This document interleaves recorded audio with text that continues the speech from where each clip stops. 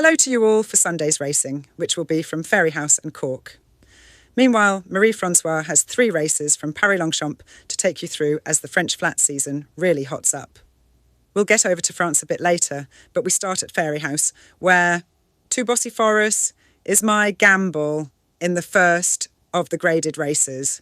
Well, I've got to tell you that while all the money is on Leader Dallier, I'm going to buck that trend and go for Too Bossy for Us. This is my thinking, that Leader Dallier, for me, hasn't beaten much, even if he did do it in fine fashion the last day at Punchestown. I'd be of the opinion that Too Bossy for Us, with his 6th in the Supreme Novices at the Cheltenham Festival, is in really good form and has plenty of stamina in the breeding, being a golden horn should there be plenty of pace on. That's my call, with Noel Meads Blake and Joseph O'Brien's Le Labo sure to make this a proper race, but maybe Too Bossy Forest is worth a chance. Later on down on the Mallow at Cork, of course, all the money has been going down on Willie Mullins' Classic Getaway this week. But I've got to tell you, now what do you think could upset the favourite? It's Classic Getaway that for me has plenty to prove after trailing behind in 3rd to Impera Pass the last day at Gowran Park, though that trip might have been a bit sharp. I'm sure that Willie Mullins has Classic Getaway on song for this Grade 3, but he's got to give almost a stone. To now, what do you think? And dare I say, doesn't have the best strike rate over fences. There we are. I've put myself up there to be shot down, but I've just got a feeling Classic Getaway has been given too much respect here. Back at Fairyhouse, well, I did think that Ian Patrick Donohue's Break My Soul ran a blinder in the Grand Annual at Cheltenham, so I'll take the chance that she can do that again. I suppose coming from the top of the weights does put her up there to be taken on, but the conditions are fine, and she's still unexposed over fences. Ted Walsh's Shuffle. The deck has been running over further, so could find this trip a bit on the sharp side. So Ed Crawley's Come Walk With Me might be the danger, after a good second in a beginner's chase the last day at Leopardstown. Henry de Bromhead's chasers are ignored at your peril, so birdie or bust looks the each-way angle, but Break My Soul, I think, will win. But my Sunday nap might not come as a huge surprise, as Willie Mullins makes his usual late onslaught for the Irish Trainers' Championship. For the Paddy Kehoe suspended Sealing's Novice Hurdle, I'll side with Closutton's He's on Fire for this Grade 2.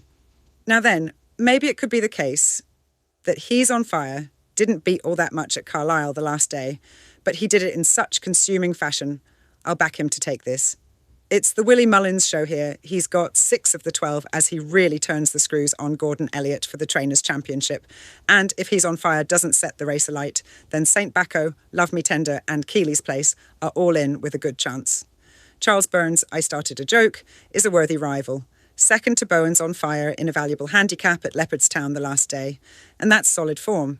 I'll let you know that I've been tempted into a little each-way gamble on Gordon Elliott's Lazare de Star, as he does look mispriced to me at around 16 to 1 this week, but I can't wait to be seeing He's on Fire win this.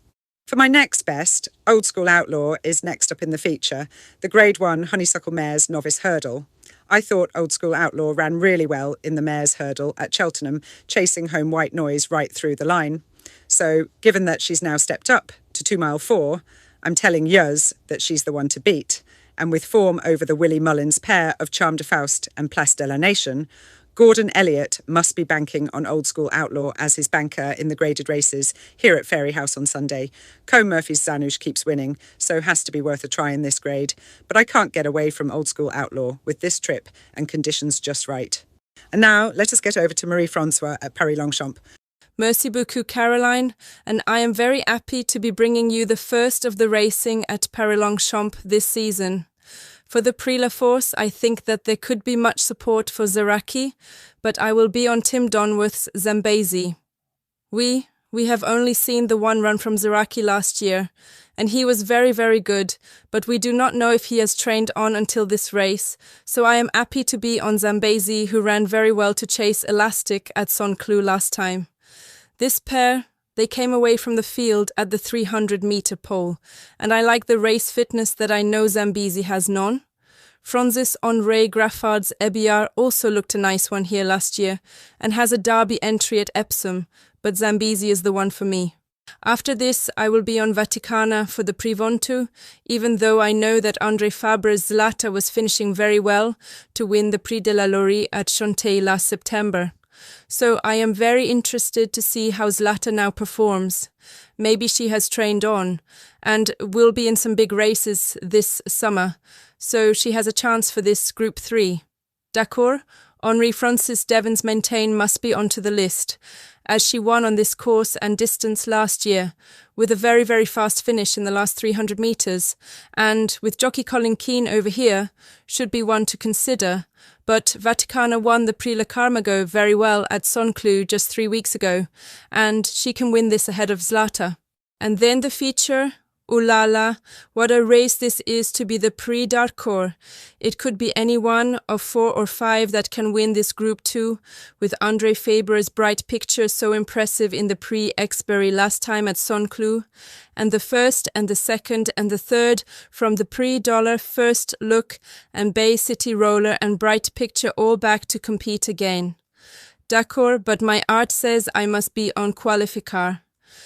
I was always following André Faber's Qualificar last year, and while the others ran in the Prix Dollar, he went into the Prix de l'Arc de Triomphe, but I think that this 2,000-metre trip is ideal for him, and that is why I will be with him again. Bay City Roller is a very, very good colt, and has Oisin Murphy on the saddle, so must be the one with bright picture to make this the best race, but I will be on Qualificar.